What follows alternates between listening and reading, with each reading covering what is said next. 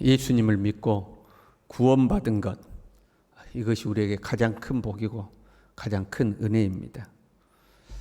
이 땅에 수많은 사람들 중에 그 중에 하나님이 우리를 선택하여 부르신 거죠. 지명하여 부르셨다고 그러거든요. 많고 많은 사람 중에 우리를 지명해서 하나님 불러내셨습니다. 어둠의 나라에서 하나님의 나라로 옮기신 거죠. 왜 우리를 선택하여 부르셨을까? 왜 우리를 선택하여 부르셔서 하나님의 백성을 삼으셨을까? 먼저는 하나님의 사랑이 가장 큰 원인이죠. 하나님이 창조주 아니십니까? 우리는 하나님으로부터 나온 거죠. 그걸 자녀라고 하는 겁니다. 우리가 하나님으로부터 나왔으니 우리가 하나님의 자녀입니다. 자녀된 우리를 하나님은 사랑하셨습니다. 그 하나님의 사랑으로 우리를 구원하신 거죠. 우리가 아직 죄인 되었을 때에 우리를 위하여 그리스도께서 죽으신 것은 하나님이 우리를 사랑하시기 때문입니다. 다른 이유가 없는 거죠.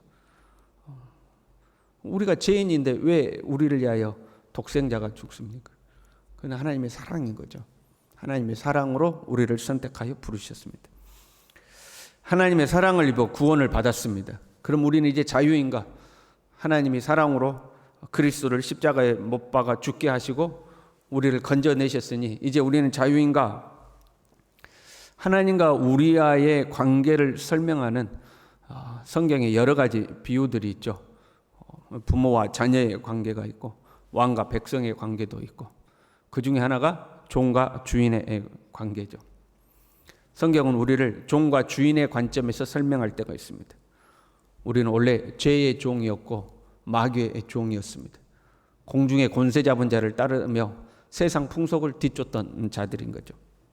그런데 그런 우리를 예수님의 피값으로 대속하셨습니다. 과거의 노예 시장을 생각하면 되는 거거든요. 이 사람이 노예를 데리고 있어요. 그러면 그 노예를 자유롭게 하거나 아니면 내 종으로 삼으려면 그 노예의 값을 지불해야 되지 않습니까? 우리를 죄로부터 자유케 하기 위해서는 예수 그리스도의 흠없는 피값을 지불해야만 했습니다. 예수님께서 죄 없으시지만 십자가에서 대신 죽으시고 그 피값으로 우리를 죄의 노예로부터 마귀의 노예로부터 대신 사신 거죠. 고린도전서 6장 19절에요. 너희 몸은 너희가 하나님께로부터 받은 바 너희 가운데 계신 성령의 전인 줄을 알지 못하느냐. 너희는 너희 자신의 것이 아니라 값으로 산 것이 되었으니 그런즉 너희 몸으로 하나님께 영광을 돌리라. 너희 자신의 것이 아니라 값으로 샀다 이 말이죠. 하나님이 우리의 몸을 성전 삼으실 때에 야, 네 몸 내 거야 하고 강탈하신 게 아닙니다. 지금부터 내가 네 몸을 성전 삼을 거야 강탈하신 게 아니고 그리스도의 피값을 주고 사셨다 이 말이에요. 정당하신 거죠. 정당하게 값을 지불하고 사셔서 하나님의 성전을 삼은 거죠. 그러니 너희 몸으로 하나님께 영광을 돌리라는 거죠. 고린도전서 7장 22절에는요. 주 안에서 부르심을 받은 종이라도 주께 속한 자유인이요 또 그와 같이 자유인으로 있을 때에 부르심을 받은 자는 그리스도의 종이니라. 너희는 값으로 사신 것이니 사람들의 종이 되지 말라. 너희는 값을 주고 이제 샀다. 그래 더 이상 사람 종 되지 말라는 거죠. 너희는 그리스도의 종으로서 살아야 된다는 거죠. 그리스도의 종인 우리는 이제 하나님의 영광을 위하여 살아야 합니다. 하나님의 사랑을 입어서 죄와 사망의 권세로부터 건진받았으니 이제는 자유다, 내 마음대로다 이게 아니고 원래 죄의 종이던 우리가 이제는 예수님의 종이 된 겁니다. 죄의 소속이었던 우리가 예수님의 소속으로 옮겨진 거죠. 예수님의 종이 된 거예요. 그러면 이제는 예수님의 종으로서의 삶을 살아야 합니다. 교회는 다니는데 예수님을 믿는다고는 하는데 종으로서의 삶을 안 살아요. 예수님의 종으로서의 삶은 살지 않아요. 그러면서 예수님을 믿는다고 그래요. 그는 복음을 반밖에 모르는 겁니다. 예수 믿었으니까 난 자유다. 죽어도 천국 간다. 반밖에 모르는 거죠. 예수님을 믿었으면 하나님의 백성으로 사는 것 또는 예수 그리스도의 종으로서 사는 삶을 살아야 하는 겁니다. 지금 스가랴에서요, 하나님은 이방을 심판하시고 선민을 보호하시죠. 그리고 이를 위하여 평화의 왕으로 오시는 이가 있죠. 평화의 왕으로 오신 분이 영적 전쟁을 수행합니다. 그 영적 전쟁을 수행함에 있어서 그의 백성들을 전쟁의 도구로 사용하신다, 이렇게 되어 있죠. 평화의 왕으로 오신 분이 영적 전쟁을 치르는데 그 하나님의 백성들이 이 전쟁에 나가서 싸우는 겁니다. 6절에요. 내가 유다 족속을 견고하게 하며 요셉 족속을 구원할지라. 내가 그들을 긍휼히 여김으로 그들을 돌아오게 하리라. 지금 하나님의 영적 전쟁을 싸움에 있어서 하나님의 백성들을 다시 돌아오게 하겠다는 거예요. 구원하시고 돌아오게 하겠다.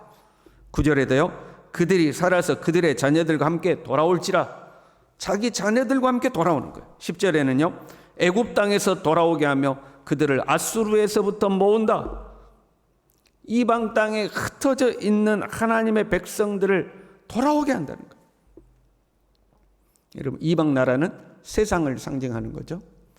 그 요한계시록에 대표적으로 기록되어 있는 이방 나라가 바벨론 아닙니까?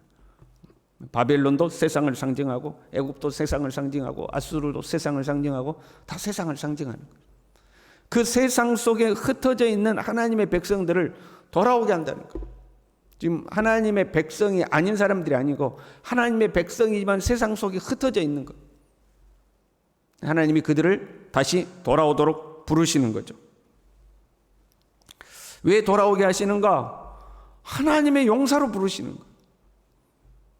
평화의 왕으로 오신 분이 영적 전쟁을 치르는데 그 전쟁에 하나님의 백성들이 나가 싸우는 거거든요. 그 나가 싸우는 백성들을 불러서 다시 모으시는 거예요. 8절에요. 내가 그들을 향하여 휘파람을 불어. 그들을 모을 것은 휘파람을 불어서 그 흩어져 있는 백성들을 다시 돌아오도록 부른다는 거예요.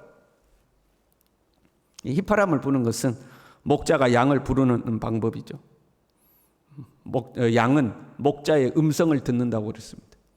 목자가 휘파람을 불 때에 그 양들은 목자의 소리를 듣고 다 오는 거죠.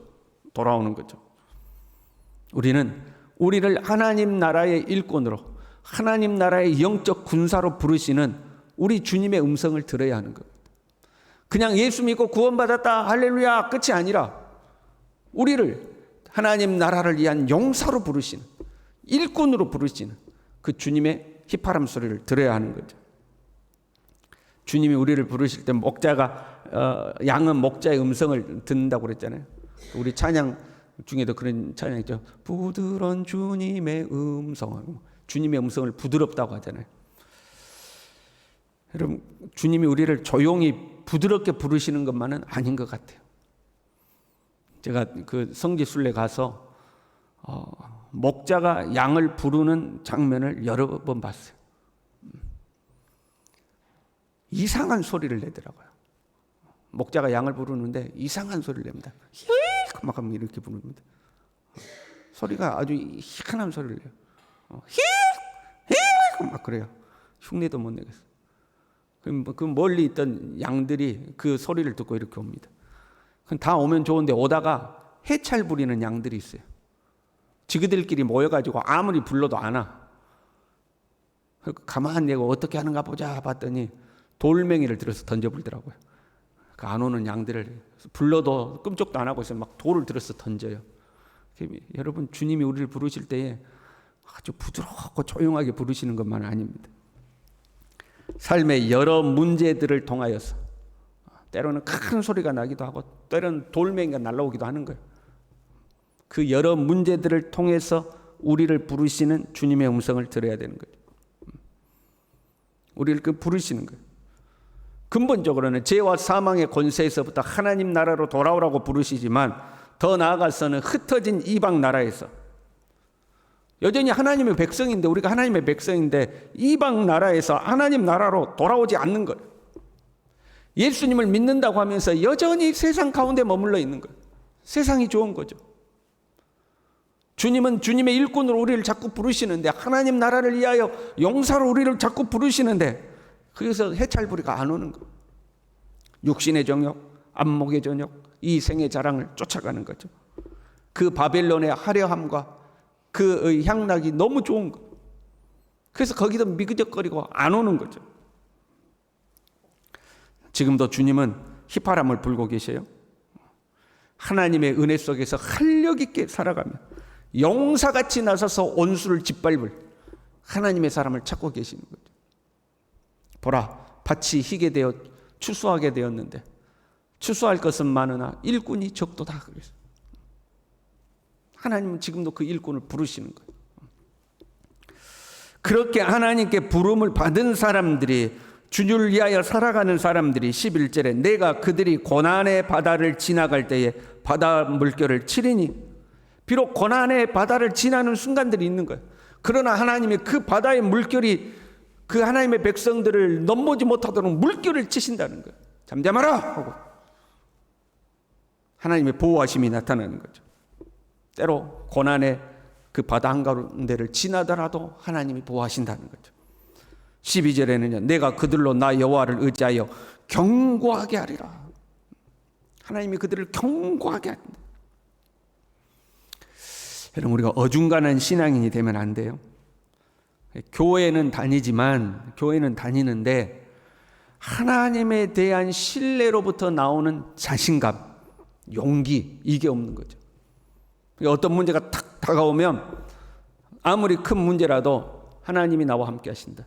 하나님이 나를 돌보신다. 하나님이 나를 이끌어 가실 것이다. 하나님은 화가 변하여 복이 되게 하실 것이다 하는 그 자신감과 용기, 어디에서 나와요? 하나님을 신뢰하면서부터 나오는 그 자신감과 용기 있는 그 믿음이 없는 거예요. 그래서 문제가 생기면 두렵습니다. 위축됩니다. 어디 좋은 방법 없나 하고 세상을 기웃거리는 거죠. 왜? 내가 하나님 앞에 그렇게 살지 못했으니까. 자신감이 없는 거예요. 우리가 주님의 용사로 살아가면요, 우리가 주님의 일꾼으로 살아가면 고난의 바다를 지날지라도 두렵지가 않는 거예요. 자신감이 있는 거죠. 자신감은 거기에서 나오는 거예요. 여러분, 우리의 자신감이라는 것은 내가 주님의 말씀 안에 거하며 주를 위하여 살아갈 때 거기에 자신감이 생기는 거죠. 그래서 그 고난의 바다 한가운데를 지날지라도, 우리가 찬양 가사 중에 그런 거 있잖아요. 내 앞에 바다가 갈라지지 않으면 나로 바다 위를 걷게 하실 것이다. 왜? 주님이 그렇게 약속하셨으니까. 그 자신감, 그 믿음, 그 용기. 여러분, 우리가 그렇게 살아가는 하나님의 사람이 될 수 있기를 바랍니다. 기도하겠습니다.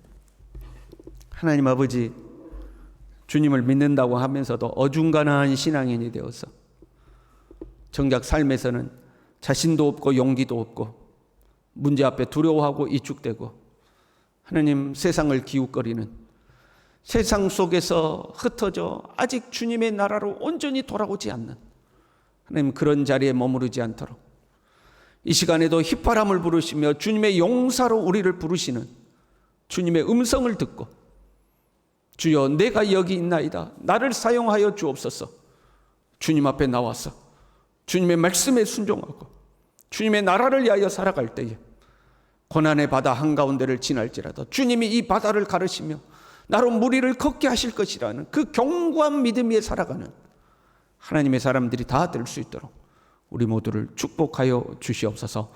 예수님의 이름으로 기도 올리옵나이다. 아멘.